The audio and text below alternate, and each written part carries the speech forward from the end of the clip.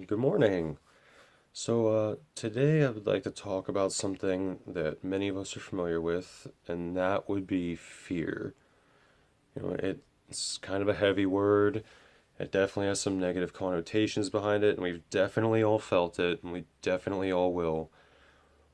But a man told me recently that fear and failure should be your best friends because without those two things, there's no way to grow and there's no way to strive for greatness because without a fear of something, then you have no reason to change. And without any change, you're never going to grow. So, in turn, fear is an asset if you choose to see it that way, which I suggest doing because you're not going to get out of this life without feeling some kind of fear, probably more days than not. Fear is everywhere. Fear, of making that phone call, fear of applying for that job, fear of putting that extra 10 pounds on your bench press, fear of asking that girl out, like whatever your fear may be. If you choose to live in those fears, you're stuck in the mud forever. I mean, if you let fear dictate your entire life, then you're never going to grow. And if you're never going to grow, you're never going to really love yourself. You're never going to reach your full potential. And in that sense, I like to say you're not even living. You're just existing because you're letting some feeling that doesn't even need to be there or it doesn't even need to be, thought of in such a negative, scared way.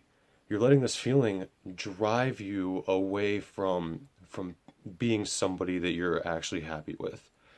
Um, you know, I I used to live in my fears a lot. I'll use my recent, well, not my recent, I'll use my first relapse as an example. I was terrified of getting help and going to an inpatient treatment center. But why? Because it's unknown. Okay. So I would rather stay with what I know, which is doing drugs, running around, breaking the law, getting arrested, instead of feeling uncomfortable for a little bit. Yeah, okay. That makes sense. And as crazy as it is to me to say it right now, I'm not alone in that feeling. And I felt that way for years. I still am not the perfect person either. I still let fear, dictate like one or two decisions, which, I'm always working on that. But, you know, I choose to use fear as, like I said before, as like a motivator because fear usually happens right before something's about to change, right? I mean, fear is a useful skill. It's kept us alive for as long as we have been, but now we don't have to worry about getting killed by saber-toothed tigers or, whatever other crazy animals lived alongside us millions of years ago. So now our fear manifests itself in different ways because we live in a different world than we did before. And those ways aren't always healthy. Fear tries to keep us as humans from changing. Because as humans, you've probably heard before, we're creatures of habit, and there's truth in that. We don't like change because we like whatever we're doing and we're comfortable with, we know that it's working. So if we try to change that up, our body's like, whoa, like we don't know what's going to happen here. And, why change something whenever we're so familiar and comfortable with the situation that we're already in? But just because you're comfortable in a situation doesn't mean that you can't do better than that. If you're in a relationship that's terrible, yeah, it's comfortable. You can definitely say, well, I know that it's going to be terrible, but I can pretty much gauge what's going to happen tomorrow if I do or say this. Why not break it off, which is scary, but it leaves you the opportunity to find something way better or leaving a job, that's scary. You know in this job, you know the guidelines, you know the rules, you know the procedures, the process. And yeah, it's terrible and it sucks, but you can tell what's going to happen next. It's predictable. Meanwhile, you're using that comfortability to, you know, totally mangle a chance to be better, to love yourself more, to respect yourself more. Um, it's almost like you're so worried about these thousands of negative outcomes that you just work up in your head over and over all day, that for some reason you're just talking yourself out of the one positive outcome that's probably the most likely outcome in the first place, you know? Like, I had some fear. I probably wouldn't have been making these videos this time last year because I would have been fearful that, well, I'm going to look dumb. People aren't going to watch it. No one's going to like what I have to say. But how will I know if I don't even try? Because in my, in my personal philosophy, I try to get 1% better every day. And by doing that, change is necessary. And like I mentioned before, with change comes fear. But I choose to face fear head on because, like I also mentioned, it's never going to go away. So the more and more that you take fear head on and you don't back down in the face of adversity and you keep driving towards what you want to do and driving to be uncomfortable in the short term to be comfortable in the long term, you know, it'll make dealing with fear easier and easier, and you'll be able to see in future situations the positive potential of, said fear. Like, yeah, I get it. Should you be fearful when you're in a car with somebody that's blacked out drunk and you're driving 130 miles an hour down the road? Yeah, that's a healthy fear. That's a fear that I would give you the green light on feeling. That you should be scared in that point. But to be scared of, you know, going up in weight on your next bench press set, or asking a girl out, or moving out of a raggedy apartment, which I'm should take my own advice on that. But anyway, if you're gonna let the fear of being uncomfortable for a little bit dictate your decision making and force you into being mediocre and just accepting, you know, stuff that you deserve better, but you don't want to put the work in. And that's sad. That's a sad way to live. And you can use fear, though, the fear of failure, the fear of, looking dumb, to drive you to be the opposite of that. Like, I am fearful of relapsing. So I drive myself to do stuff I've never done before, which is try and help people, like through, outlets like this. I talk to people, I try to hit meetings, and it's uncomfortable for me. I've never done this kind of stuff before, but to get things I've never had, I have to do things I've never done. It's very simple. We're complex creatures, but a lot of the things that could help us be happier, have more self-respect, have more self-love, they're simple fixes. We just complicate them. Like, oh, well, I don't know if this is going to happen. I don't know if that's going to happen. How many times have you been so scared to try something?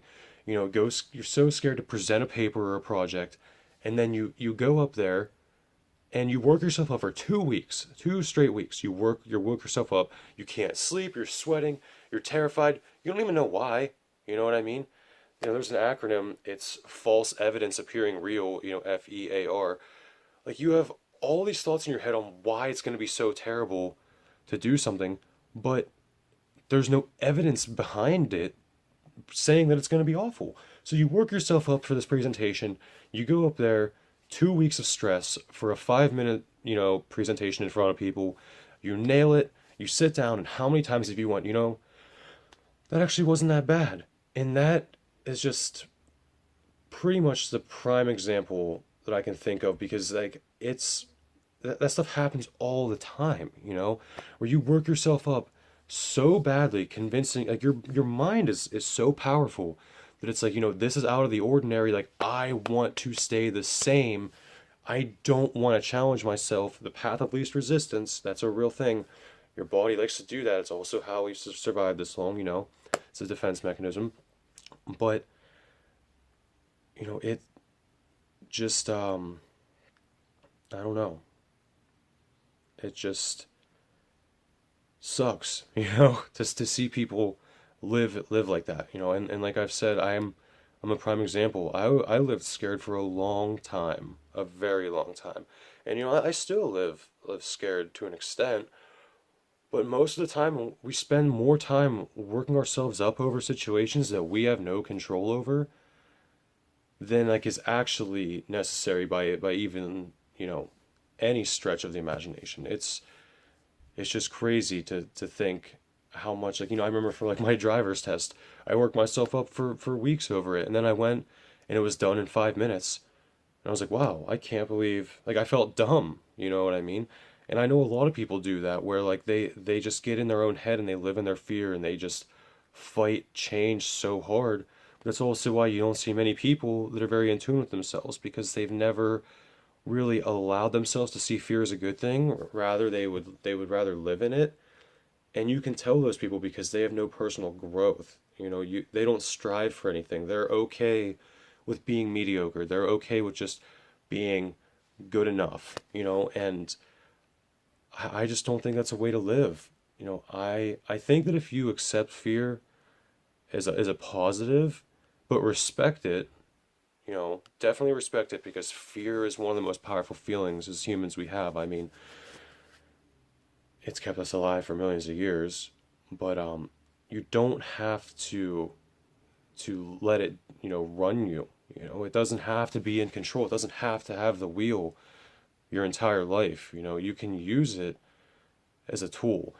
And it could be a pretty efficient tool because, well, it's gonna be there forever. Any situation that's new. And I don't know many people that can go through the rest of their life without encountering at least one new situation. So if you can learn to look at fear and say, well, how can I turn this into a positive? How can I use this fear to drive me to be better so I'm not in this situation again, and I can look back and say, huh, like, I really grew through those feelings that were less than ideal. That uncomfortability, and I think that's an amazing thing. You know, whenever, like, I kind of look at it as, whenever I want something more than I want to stay comfortable, when my desire to get better outweighs my desire to stay the same, and whenever I'm willing to deal with that uncomfortability, to grind towards something that's going to make me better, I think that's like real power, because it's in those moments where you can almost feel your mind expanding, you feel yourself growing, and that's the key to life, baby. As simple as it is. I mean, that's the key. If you're not striving to grow every day, you're living this life the wrong way. You're not going to find, you know, personal value or self-value or worth in money. You know what I mean? But if you can like look back and say, I was really uncomfortable there. I did something not a lot of other people will do, and because of that, I'm better for it. If you can look at that and acknowledge those situations, that's true power. That's true self-power. So, just don't be scared today. Don't live in your fears. Do something that makes you feel uncomfortable. Because honestly, any situation I've in that's made me feel very uncomfortable has ultimately led me to be the person I am today. And the person I am today is somebody that's not scared. I'm willing to dance into the unknown with the expectation that, by doing this, I'll come out a better person. Because I want something different than what I have today, you know? And the only way to do that's through change. And you can use fear to motivate that change. So, thanks.